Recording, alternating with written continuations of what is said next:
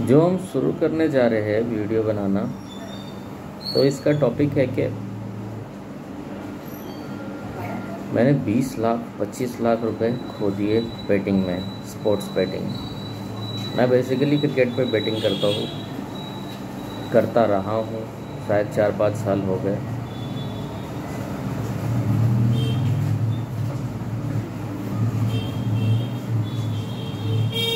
तो वो 20 लाख रुपए कहाँ से आए? इसकी शुरुआत हुई कि जब मैंने किसी को 1 लाख रुपए का लोन दे दिया, उसने टाइम पे रीपे नहीं किया, तो मेरे को लगा कि मैं बेटिंग करके 1 का 2, 2 का 4 करके वो कर्ज चुका दूँ बैंक का,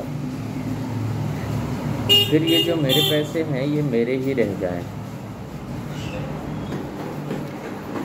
जो उधार पैसा दिया था वो मुझे आज तक वापस नहीं मिला, 3 साल शायद हो गए उसको, और 1 का 2, 2 का 4 करने में ये 20 लाख रुपए गए।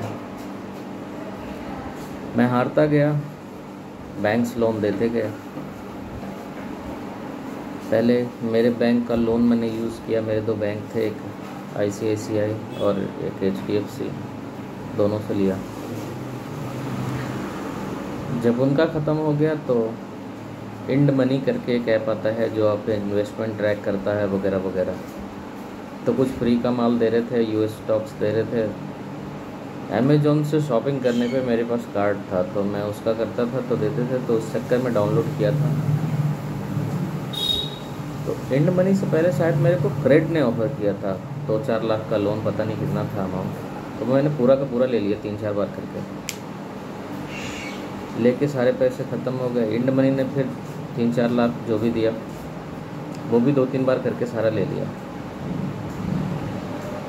गूगल पे बिजनेस ने दिया, और वो दिलवाती है DMI फाइनेंस से, जो शायद सैमसंग के प्रोडक्ट्स का फाइनेंसिंग करता है। वो ले लिया, ख़त्म हो गया।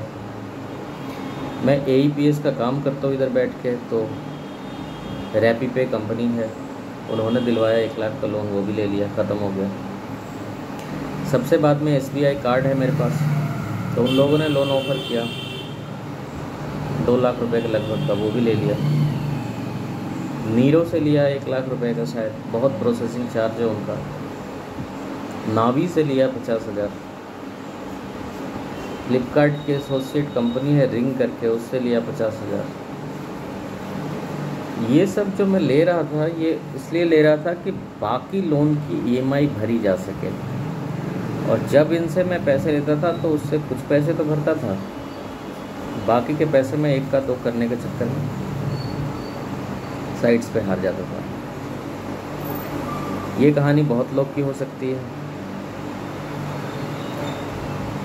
अभी मैं थोड़ा टीचिंग का एक कोर्स कर रहा हूँ, तो उस चक्कर में स्कूल में था, तो वहाँ एक बंदा आया, वो बिहार पुलिस का एग्ज़ाम देने जाता था, बिहार पुलिस कांस्टेबल का एग्ज़ाम चल रहा है आजकल, तो उसके लिए वो सेंटर चेक करने आया था। मेरे को जैसे ही देखा साइट पे तो बोला कि भैया क्रिकेट बेटिंग कर रहे हो क्या आप? भैया बहुत ख़राब चीज़ है। मैं 25 लाख रुपए हार गया। लड़का मेरे से कम ही उम्र का था। मैंने पूछा 25 लाख हारे कहाँ से? बोला गार्जियन का पैसा था। मेरे को ऐसी लत थी सेशन वेशन खेलने की, अपने दोस्तों के मोबाइल से भी पैसे भेजता था, ये नहीं सोचता था इनको कहाँ से दूंगा, फिर बाद में पता नहीं कहाँ से होता, लेकिन अब जाके छोड़ा है ये लत। लड़का मुश्किल से 25 साल का था मेरे हिसाब से, और इस साल में वो कह रहा है 25 लाख रुपए, 20 लाख रुपए हो भी आ चुका है। ये है सिनेरियो। तो महादेव ऐप एक पकड़ा गया था, उसके प्रमोटर्स पकड़े गए कि इतनी धांधली की, इतने पैसे लिए, इतना हवाला भेजा, ये किया, लेकिन ऐसे कितने ऐप चल रहे हैं। मैं इंडिबेट से खेलता हूँ, रेडी बुक है, और क्रिक प्लस है, विनबज, ये 2-3 मैं टेलीग्राम पे फॉलो करता हूँ चैनल, तो लिंक आते हैं, तो ये मेरे को मालूम है। लेकिन अब बात है कि मेरे पास तो पैसे नहीं हैं। मेरे को तंग करना शुरू कर दिया है, जिनसे भी उधार लिया है, ये सारी कंपनियों का जो नाम बताया इनके लोगों ने, इसी महीने से इनकी ईएमआई फेल होना शुरू हो गई, क्योंकि इनके पहले मेरे को कहीं ना कहीं से लोन मिला। मेरी हालत इतनी ख़राब हो गई, पिछले महीने तक एम पॉकेट से 1,000 रुपये का लोन लिया। ऐसे ही कुछ और ऐप है, फ्रीओ और कुछ और हैं 2-3, उनसे 2,000, 2,500, 3,000 के लोन लिए। तो अभी पिछले महीने तक ये था कि कैसे भी करके मैं फेल ना होने दूँ, मैं अपनी क्रेडिट रिपोर्ट ख़राब ना होने दूँ, क्योंकि क्रेडिट रिपोर्ट का ख़राब होना मेरे लिए एक बड़ा दब्बा था। तो कोशिश की, बहुत कोशिश की कि उसको बचा के रखूँ, शायद कुछ पैसे इधर उधर से जुगाड़ करके कर लूँ कैसे भी, लेकिन वो नहीं बचा। अभी इस महीने से मेरी बहुत सारी ईएमआई फेल हो गई है। मेरे पास जो क्रेडिट कार्ड्स थे वो लिमिट से ओवर लिमिट हो चुके हैं, 2-3, उनका मिनिमम अमाउंट ड्यू भी नहीं पे हो रहा। जिसको कर्जा दिया था उसको बार बार फ़ोन कर रहा हूँ, 1.5 लाख, 2.25 लाख, 1,84,000 का कर्जा हो गया। 5%, 5% ब्याज मैं उसको चार्ज कर रहा हूँ।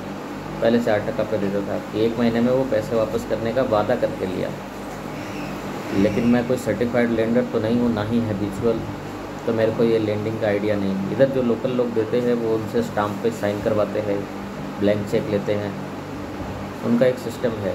मैंने ये सारा सिस्टम फॉलो नहीं किया। उनको बस मुंह से पैसे दिए, मोबाइल में मैसेज है, रिकॉर्डिंग है, बस ये है। लोगों ने मेरे को केस करने की सलाह दी कि उसके ऊपर केस करो। मैं सोचा वो भी 1-2 लाख रुपए दे देगा तो कुछ दिन की राहत हो जाएगी। बाकी टीचिंग कोर्स कर रहा हूँ, शायद कोई नौकरी वोकरी लग जाए, कैसे भी करके चुका दूँगा, लेकिन पैसे कहाँ से लाऊँ। अब वो घर आने की धमकी दे रहे हैं जो लोन वाले हैं, क्या करूँ। शायद ऐसे में लोग सुसाइड करते हैं, क्योंकि कोई रास्ता नहीं है ना। मैं करने तो नहीं वाला, जब तक होगा झेलेंगे ही, लेकिन ये दर्द बड़ा लगता है कि अगर घर आ गए, अगर मेरे पिताजी को पता चल गया, पापा को मेरे आइडिया ही नहीं, कोई 1-8 लाख रुपए का होता तो कोई समझ भी सकता था शायद, लेकिन अब ये 20 लाख कौन समझेगा। ख़राब चीज़ तो है, लेकिन अब फंस गए हैं जल्दी कमाने के चक्कर में। इतना बुरा, इतना नासमझ, इतना बेकार, मैं खुद को तो समझता नहीं था, लेकिन ये पता नहीं कौन सा चक्कर है। ये खेलने वालों को बुरा कहते थे, अब खुद बुरे हो गए। ये बुरा तो है और अब बुराई समझ में तो आ गई है, लेकिन उपाय क्या करें, क्या इसका समाधान करने के लिए वो कोई रास्ता नहीं। देखते हैं क्या होता है, देखेंगे।